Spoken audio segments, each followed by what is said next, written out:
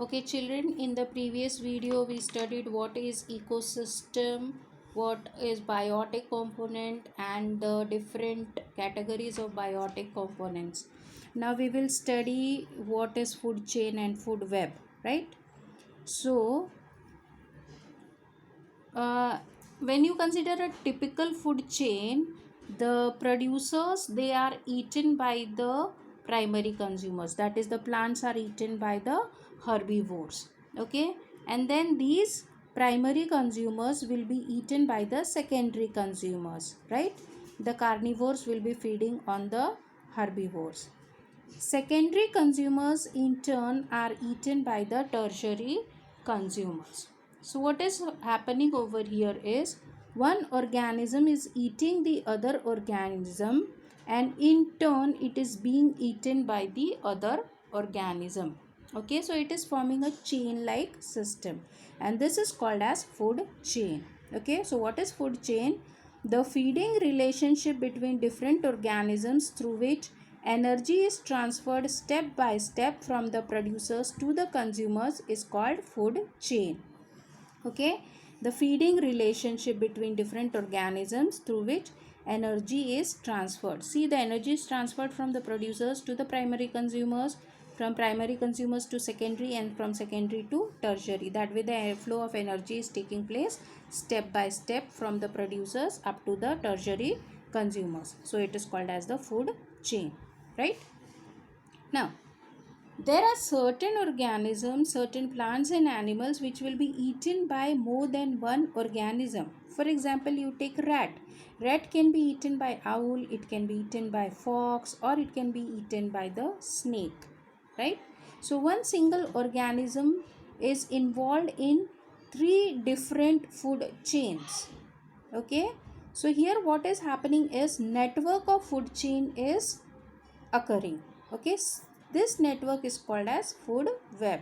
So the definition of food web is a network of several interconnecting food chains is called food web. Understanding? So one particular organism which, when it is involved in many food chains, okay, it will be forming a network like system, and that will be called as food web, right? Coming to the next topic, that is pyramid of numbers. We will first go through the definition of pyramid of number, and then we will discuss it in detail. So pyramid of number is a graphical representation of the number of producers and consumers in the food chain. Okay, it is a graphical representation in which you have the number of producers and number of consumers in a particular food chain. Okay, that is called as pyramid of numbers, right? We will consider the pyramid of number with the help of this particular diagram. Okay, see, basically what happens is whatever energy is produced by the consumer, the producer, 90% of the energy will be used by it, and 10% of the energy will be stored. This 10% of energy will be passed on to the next level, that is the primary consumer. Out of whatever energy the primary consumer gets, 90% it will be using for itself, and the remaining 10% it will be stored, which will be used by the next level. Okay, so this way it continues. Understanding? Okay, so some part of the energy is used by the particular organism, and remaining energy is stored. The stored energy will be used by the next organism. Okay, what we can say is, suppose there are 10 plants. Okay, the herbivore feeds on 10 plants. Okay, the herbivore will be feeding on 10 plants. Now this herbivore is providing energy to the next level. Okay, so the secondary consumer will be depending upon 5 primary consumers so that it gets the energy it is requiring.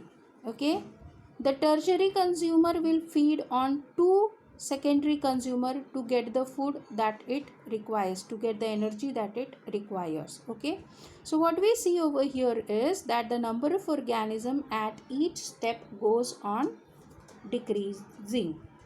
Okay, So energy flow along the food chain and the number of individual at each level goes on decreasing as we go higher up, creating the pyramid. So whatever pyramid I have shown you, what happens over here is the number of individual at each level goes on decreasing. Even the energy flow also goes on decreasing. Okay, so this is the number of pyramids. One more thing I want to tell you relating to this pyramid, that these levels which have been shown, they are called as trophic levels. So the green plants will be forming the first trophic level, herbivores or the primary consumers will be forming the second trophic level, the secondary consumer will be forming the third trophic level, and the tertiary consumers will be forming the fourth trophic level.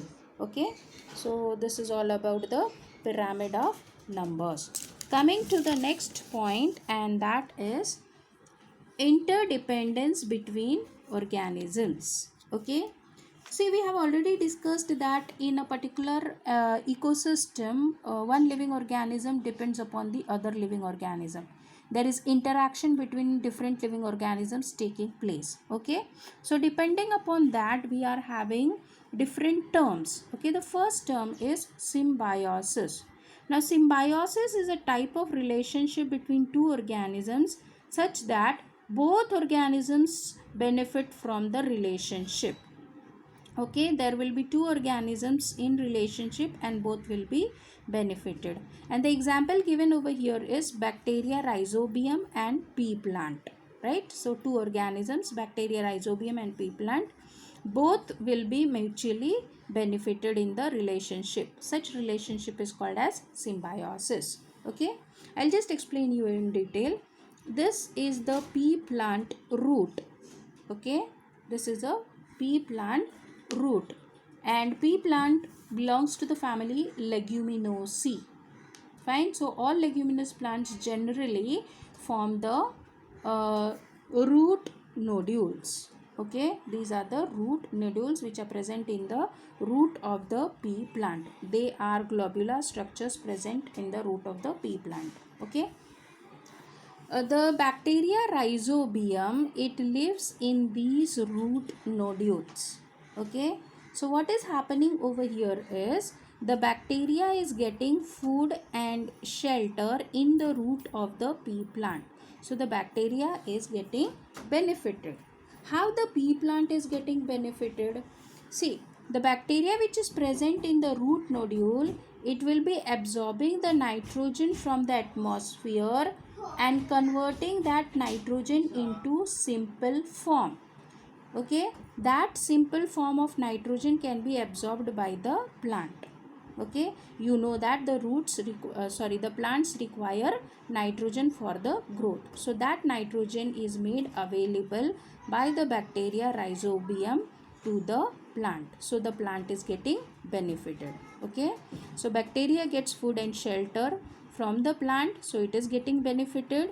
The plant is getting nitrogen with the help of bacteria, so the plant is also benefited. So such type of relationship in which both the organisms are benefited is called as symbiosis. The next one is parasitism. Parasitism is a relationship between two organisms such that one organism benefits at the expense of the other organism. Okay, the organism which is benefited is called as the parasite, and the organism which is harmed is called as the host. Understanding? So here there are two organisms, the parasite and the host. The parasite is benefited whereas the host is harmed. Example that can be considered in parasitism is the relationship between the tapeworm and man. Okay, tapeworm lives in the gut of the man, and the tapeworm will be absorbing the digested food material, that is nutrition, from the gut of the man. So what happens is the nutrients are absorbed by the tapeworm, so the man becomes weaker and weaker over the time. Okay, so the man is harmed in this relationship. So such type of relationship between two organisms in which one organism is benefited while the other is harmed is called as parasitism. The third type of relationship or interdependence that can be seen is predation. Predation is a relationship between two organisms such that one organism hunts down the other for food. Okay, the organism that hunts is called as predator and the organism that is hunted is called as the prey. The example which can be considered over here is tiger and deer. Okay, the tiger will be hunting down the deer for its food, so the tiger will be called as the predator and the deer will be called as prey. So this relationship between the tiger and deer is predation type of relationship because the tiger is hunting down the deer for its food. Understood? So these are the different types of interdependence that are seen in organisms. Okay, symbiosis, parasitism and predation. And in the earlier part of the video we have studied about food web, food chain and food pyramid. Okay,